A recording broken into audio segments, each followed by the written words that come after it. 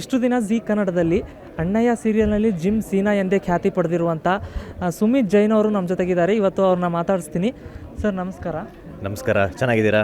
ಚೆನ್ನಾಗಿದ್ದೀವಿ ಸರ್, ನೀವು ಹೇಗಿದ್ದೀರಾ? ನಾನು ಚೆನ್ನಾಗಿದ್ದೀನಿ ಸರ್. ಈಗ ಇಷ್ಟು ದಿನ ಜಿ ಕನ್ನಡದಲ್ಲಿ ಮಾಡ್ತಾ ಇದ್ದೀರಿ, ಈಗ ಜಿ ಪವರ್ನಲ್ಲಿ ಹೊಸ ಸೀರಿಯಲ್ನಲ್ಲಿ ಮಾಡ್ತಾ ಇದ್ದೀರಾ, ಹೇಗೆ ಅನಿಸ್ತಾ ಇದೆ? ಝೀಗೆ ಆಲ್ರೆಡಿ ಪವರ್ ಇತ್ತು, ಆ ಹೆಸರಲ್ಲಿ ಒಂದು ಪವರ್ ಇತ್ತು. ಬಟ್ ಈಗ ಇನ್ನೊಂಚೂರು ಎಕ್ಸ್ಟ್ರಾ ಪವರ್ ಬೇಕು ಅಂತೇಳಿ ಝೀ ಪವರ್ ಅಂತ ಲಾಂಚ್ ಆಗ್ತಾ ಇದೆ. ಅಲ್ಲಿ ಝೀಯಲ್ಲಿ ನಾನು ಎಷ್ಟೊಂದು ಕಡೆ ಹೇಳಿದ್ದೀನಿ, ಝೀಯಲ್ಲಿ ನನಗೆ ಹೆಸರು ತಂದುಕೊಡ್ತು ಅಂತ. ಸೊ ಈಗ ಝೀ ಪವರ್ಗೆ ಬಂದಿದ್ದೀನಿ, ಇನ್ನಷ್ಟು ಪವರ್ ಜೊತೆ ಹೆಸರು ತಂದುಕೊಡುತ್ತೆ ಅಂತ ತುಂಬ ನಾನು ಕಾತುರದಿಂದ ಕಾಯ್ತಾ ಇದ್ದೀನಿ.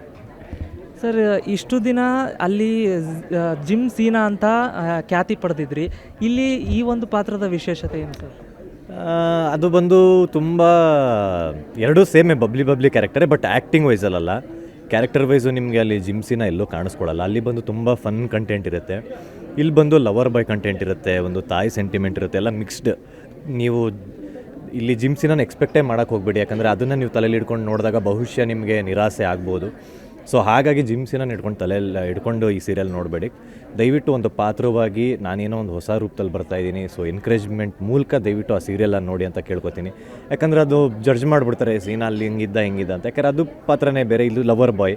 ಸೊ ಐ ಹೋಪ್ ಆ ಲವರ್ ಬಾಯ್ನು ನಿಮ್ಗೆ ಇಷ್ಟ ಆಗ್ತಾನೆ. ನನಗೆ ಗೊತ್ತಿರೋಂಗೆ ಜಿಮ್ಸಿನ ಏನು ಮೆರೆಸಿದ್ರೋ ಹರಿಸಿದ್ರೋ ಇನ್ನೂ 10ರಷ್ಟು ಇದನ್ನು ಇಷ್ಟಪಡ್ತೀರಾ, ಅದಂತೂ ಪಕ್ಕ. ಸರ್, ಏನೇನು ಇಲ್ಲಿನ ಅಂದರೆ ಈ ಒಂದು ಸೀರಿಯಲ್ನ ಸವಾಲುಗಳು ಏನಾದರೂ ಇರ್ಬೋದು ಅಂತ ಹೇಗೆ ಅನಿಸ್ತಾ ಇದೆ, ಅದ್ರ ಬಗ್ಗೆ? ಸವಾಲು ಅನ್ನೋದಕ್ಕಿಂತ ನನಗೆ ಬಿಗ್ಗೆಸ್ಟ್ ಚಾಲೆಂಜ್ ನನಗೆ ಬಂದು ಏನಿದೆ ಅಂದರೆ, ನನಗೆಲ್ಲೂ ಜಿಮ್ಸಿನ ಒಂದು ತುಣುಕು ಕಾಣಿಸ್ಕೋಬಾರ್ದು ಅಂತ ಫಸ್ಟ್ ಸ್ಟ್ರಿಕ್ಟಾಗಿ ಹೇಳಿದರು. ಯಾಕಂದರೆ ಈಗ ನಾನು ಈ ಪಾತ್ರ ನನಗೆ ಕೊಟ್ಟಿದ್ರು ಅಂದರೆ ನಾನು ಈ ಪಾತ್ರ ಮಾಡ್ಬೋದು ಅಂತಲೇ ಕೊಟ್ಟಿರ್ತಾರೆ. ನಾನು ಇಲ್ಲಿ ಎಲ್ಲರೂ ಜಿಮ್ಸಿನ ಹಾವಭಾವ ತಂದರೆ ಜನ ಏನೂ ಡಿಫ್ರೆನ್ಸ್ ಅನಿಸಲ್ಲ ಅವರಿಗೆ. ಸೊ ಇಲ್ಲೆಲ್ಲೂ ನಿಮಗೆ ಅದೇ ಹೇಳೋದು, ನಾನು ಬಿಗ್ಗೆಸ್ಟ್ ಚಾಲೆಂಜ್ ಬಂದು ಹೇಳಿದ್ದು ನನ್ನ ಬಾಡಿ ಲ್ಯಾಂಗ್ವೇಜ್ ಆಗಿರ್ಬೋದು, ನನ್ನ ಡೈಲಾಗ್ ಡೆಲಿವರಿ ಆಗಿರ್ಬೋದು, ತುಂಬ ಸೆಟಲ್ಡ್ ಆಗಿ ಎಲ್ಲೂ ಜಿಮ್ಸಿನ ಅವತಾರ ಕಾಣಿಸ್ಕೊಳ್ಳದೆ ಆ್ಯಕ್ಟ್ ಮಾಡಿದ್ದೀನಿ. ಅದೇ ನನ್ನ ಬಿಗ್ಗೆಸ್ಟ್ ಚಾಲೆಂಜ್ ಆಗಿದ್ದು. ಸೊ ಆ ಚಾಲೆಂಜ್ಗೆ ನನಗೆ ಪ್ರೋತ್ಸಾಹ ಕೊಟ್ಟಿದ್ದು ನಮ್ಮ ಪ್ರೊಡ್ಯೂಸರ್ ಆಗಿರ್ಬೋದು, ಎಸ್ಪೆಷಲಿ ನಮ್ಮ ಡೈರೆಕ್ಟರ್ ಸಂತು ಸರ್ ಅಂತ ತುಂಬ ಎನ್ಕರೇಜ್ ಮಾಡಿದ್ದಾರೆ, ತುಂಬ ಸಪೋರ್ಟ್ ಮಾಡಿದ್ದಾರೆ. ಖಂಡಿತವಾಗ್ಲೂ ಆ ಸಪೋರ್ಟ್ ಸ್ಕ್ರೀನಲ್ಲಿ ತುಂಬ ಅದ್ಭುತವಾಗಿ ಬರುತ್ತೆ. ಸರ್, ಈ ಒಂದು ಪಾತ್ರಕ್ಕೆ ಯಾರಾದರೂ ಇನ್ಸ್ಪಿರೇಷನ್ ನಿಮಗೆ ಇದ್ದಾರಾ? ನನಗೆ ಇನ್ಸ್ಪಿರೇಷನ್ ಬಂದು ನನಗೆಲ್ಲ ಹೀರೋಗಳು ಇನ್ಸ್ಪಿರೇಷನ್ನೇ.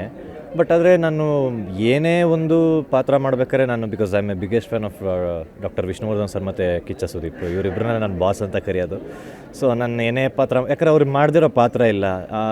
ಸೊ ನನಗೆ ಏನಾದ್ರು ಅಂದರೆ ನಾನು ಅವ್ರನ್ನೇ ಇಮಿಟೇಟ್ ಮಾಡ್ತೀನಿ ಅಂತಲ್ಲ, ನಾನು ಎಲ್ಲೂ ಇಮಿಟೇಟ್ ಮಾಡೋಕ್ಕೋಗಲ್ಲ. ಬಟ್ ಅವ್ರ ಒಂದು ಶೈಲಿನ, ಒಂದು ಆ್ಯಕ್ಟಿಂಗ್ ಅಂತ ಏನೋ ಮಾಡಿರ್ತಾರಲ್ವ, ಓಕೆ ಈ ಕ್ಯಾರೆಕ್ಟರ್ನ ನಾನು ನನ್ನ ಸ್ಟೈಲಲ್ಲಿ ಮಾಡಿದ್ರೆ ಹೆಂಗೆ ಮಾಡ್ಬೋದು ಅಂತ ಇನ್ಸ್ಪೈರ್ ಆಗಿ ಮಾಡ್ತೀನಿ ನಾನು. ಸರ್, ಮುಂದಿನ ದಿನಗಳಲ್ಲಿ ಏನಾದರೂ ಸಿನಿಮಾದಲ್ಲಿ ಚಾನ್ಸ್ ಸಿಕ್ಕರೆ ಹೋಗ್ಬೋದಾ? ಖಂಡಿತವಾಗ್ಲೂ ಹೋಗ್ತೀನಿ ಸರ್. ಯಾರು ಸರ್, ಇವಾಗ ಬಂದಿರೋದೇ ನಮ್ಗೆ ನಾವೆಲ್ಲ ಸಿನಿಮಾ ಮಾಡೋದಕ್ಕೆ. ಬಟ್ ಹಂಗೆ ಅಂದ್ಬಿಟ್ಟು ಸೀರಿಯಲ್ ಏನು ಕಮ್ಮಿ ಅಂತಲ್ಲ, ಇದೊಂದು ವರ್ಕ್ಶಾಪ್ ಪ್ಲ್ಯಾಟ್ಫಾರ್ಮ್ ನಮಗೆ. ಅಂದರೆ ಸೀರಿಯಲಲ್ಲಿ ಸಿನಿಮಾಗಿಂತ ಕಲಿಯೋದು ಸೀರಿಯಲಲ್ಲಿ ಜಾಸ್ತಿ ಇರುತ್ತೆ. ಯಾಕಂದ್ರೆ ಒಂದು ಕ್ಲೋಸಪ್ಪಲ್ಲಿ ಆ್ಯಕ್ಟ್ ಮಾಡಬೇಕು, ತುಂಬ ಆಮೇಲೆ ಟೈಮ್ ಸ್ಪೆಂಡ್ ಮಾಡಬೇಕು.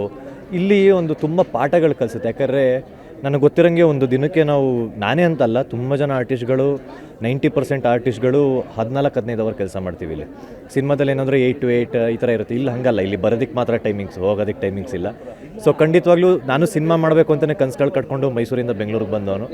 ಸೊ ಖಂಡಿತವಾಗ್ಲೂ ಅದು ಆಗುತ್ತೆ ಇನ್ನೂ ಸ್ವಲ್ಪ ದಿನ. ಇನ್ನು ಅತಿ ಶೀಘ್ರದಲ್ಲಿ ಅದ್ರ ಬಗ್ಗೆನೂ ನಿಮಗೆ ಹೇಳ್ತೀನಿ ನಾನು ಆ್ಯಕ್ಚುಲಿ. ಸರ್, ಇವಾಗ ಅಲ್ಲಿ ಜಿಮ್ ಸೀನಾ ಕಾಣಿಸ್ಕೊಂಡಿದ್ರಿ, ಇಲ್ಲಿ ಒಂದು ಹೀರೋ ಕ್ಯಾರೆಕ್ಟರು, ಸ್ವಲ್ಪ ಏನಾದರೂ ಕಷ್ಟ ಆಗ್ತಿದೆಯಾ? ನನಗೆ ಕಷ್ಟ ಅಂತ ಏನೂ ಅನ್ನಿಸ್ಲಿಲ್ಲ. ತುಂಬ ಇಷ್ಟಪಟ್ಟೆ ಮಾಡಿದ್ದೀನಿ.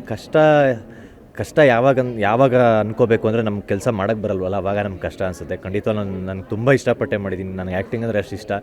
ಸೊ ನನಗೆಲ್ಲೂ ಕಷ್ಟ ಅಂತ ನಾನು ಅನಿಸೇ ಇಲ್ಲ, ಒಂದು ಚೂರು ಕಷ್ಟ ಅನಿಸಿಲ್ಲ. ಎಲ್ಲೋ ಕಷ್ಟ ಅಂದರೆ ಯಾವಾಗ ಅನಿಸುತ್ತೆ ಅಂದರೆ ಈ ಲೇಟ್ ನೈಟ್ ಶೂಟ್ ಇದ್ದಾಗ, ಒಂಚೂರು ನಿದ್ದೆ ಕೆಟ್ಟಾಗ, ಆ ಟೈಮಲ್ಲಿ ಕಷ್ಟ ಅನಿಸುತ್ತೆ. ಬಿಟ್ಟರೆ ನನ್ನ ಆ್ಯಕ್ಟಿಂಗ್ ಮಾಡ್ಬೇಕಾದ್ರೆ ನನಗೆ ಯಾವತ್ತೂ ಹಂಗೆ ಅನಿಸಲಿಲ್ಲ. ನನಗೆ ಏನು ಹೇಳ್ತೀರಾ ಸರ್, ಈ ಒಂದು ಹೊಸ ಸೀರಿಯಲ್ ಬರ್ತಾ ಇದೆ, ಜನರಿಗೆ ಏನು ಹೇಳ್ತೀರಾ? ಅದೇನೇ ಹೇಳೋದ್ನಲ್ಲ, ದಯವಿಟ್ಟು ನೋಡಿ. ನಾನು ನಿಮ್ಗೆ ಆವಾಗಲೇ ಹೇಳಿದೆ, ದಯವಿಟ್ಟು ಸೀನಾ ಹಿಡ್ಕೊಂಡು ಸೀನಾ ಅಲ್ಲಿ ಇಲ್ಲಿ ಹೀರೋ ಆಗಿದ್ದಾನೆ ನೋಡಬೇಕು ಅಂತ ನೋಡಿ. ಖಂಡಿತವಾಗ್ಲೂ ಖುಷಿನೇ. ಆದರೆ ಸೀನನ್ನು ಪಾತ್ರ ಹಿಡ್ಕೊಂಡು ಇದನ್ನು ನೋಡಿಬಿಡಿ. ಯಾಕಂದರೆ ನಿಮಗೆ ನಿರಾಸೆ ಆಗುತ್ತೆ, ಅಲ್ಲಿ ಹಂಗಿಲ್ವಲ್ಲ, ಅವ್ನು ಹಿಂಗಿದ್ದಾನೆ ಏನೋ ಅನ್ನಿಸ್ಬೋದು. ಬಟ್ ಹೋಗ್ತಾ ಖಂಡಿತವಾಗ್ಲೂ ನಿಮಗೆ ಅದಕ್ಕಿಂತ ಜಾಸ್ತಿನೂ ಇಷ್ಟ ಆಗುತ್ತೆ, ಹೇಳೋಕ್ಕಾಗಲ್ಲ. ಸೊ ನಾನು ಹೇಳೋದೇನು ಅಂದರೆ, ಏನು ಜಿಮ್ಸೀನ ಅಂತ ಕೊಂಡಾಡಿದ್ರೋ ಮೆರೆಸಿದ್ರೋ, ದಯವಿಟ್ಟು ಈ ಪಾತ್ರನೂ ಒಪ್ಕೊಳ್ಳಿ. ನನ್ನನ್ನೊಬ್ಬ ಜಿಮ್ಸೀನ ಅನ್ನೋದಕ್ಕಿಂತ ನನ್ನೊಬ್ಬ ನಟನಾಗಿ ಒಪ್ಕೊಳ್ಳಿ. ಖಂಡಿತವಾಗ್ಲೂ ಅವಾಗ ನನಗೂ ಒಂದು ಸಪೋರ್ಟ್. ಓಕೆ, ಅವಾಗ ಯಾಕಂದರೆ ನಾನು ಏನೇ ಪಾತ್ರ ಮಾಡ್ಬೋದಿಲ್ಲ ಅಂತಲ್ಲ, ಅದಕ್ಕೆ ನೀವು ಎನ್ಕರೇಜ್ ಮಾಡಿ ನೀವು ಸಪೋರ್ಟ್ ಮಾಡಲಿಲ್ಲ ಅಂದರೆ ನನಗೆ ಬೇರೆ ಅವಕಾಶಗಳು ಬರಲ್ಲ, ಫ್ಲಾಪ್ ಆಗಿಬಿಡ್ತೀನಿ. ಓಕೆ, ಇವನ್ನ ಯಾರೋ ಇವನು ಬರೀ ಈ ಆ್ಯಕ್ಟಿಂಗ್ ಮಾತ್ರ ಸರಿ, ಈ ಆ್ಯಕ್ಟಿಂಗ್ ಮಾತ್ರ ಸರಿ ಅಂತ ಡಿಸೈಡ್ ಮಾಡಿಬಿಡ್ತಾರೆ.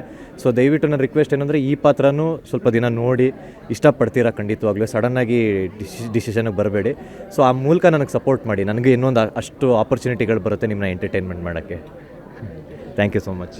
ಇದಿಷ್ಟು ಗೌರಿ ಸೀರಿಯಲ್ನಲ್ಲಿ ಆ್ಯಕ್ಟ್ ಮಾಡ್ತಾ ಇರುವಂಥ ಹೀರೋ ಸುಮಿತ್ ಜೈನ್ ಅವರ ಮಾತಾಗಿತ್ತು. ಕ್ಯಾಮ್ರಾ ಪರ್ಸನ್ ರುದ್ರೇಶ್ ಜೊತೆ ಲೋಕನಾಥ್ ಹುಗಾರ್, ಏಷ್ಯಾನೆಟ್ ಸುವರ್ಣ ನ್ಯೂಸ್, ಬೆಂಗಳೂರು.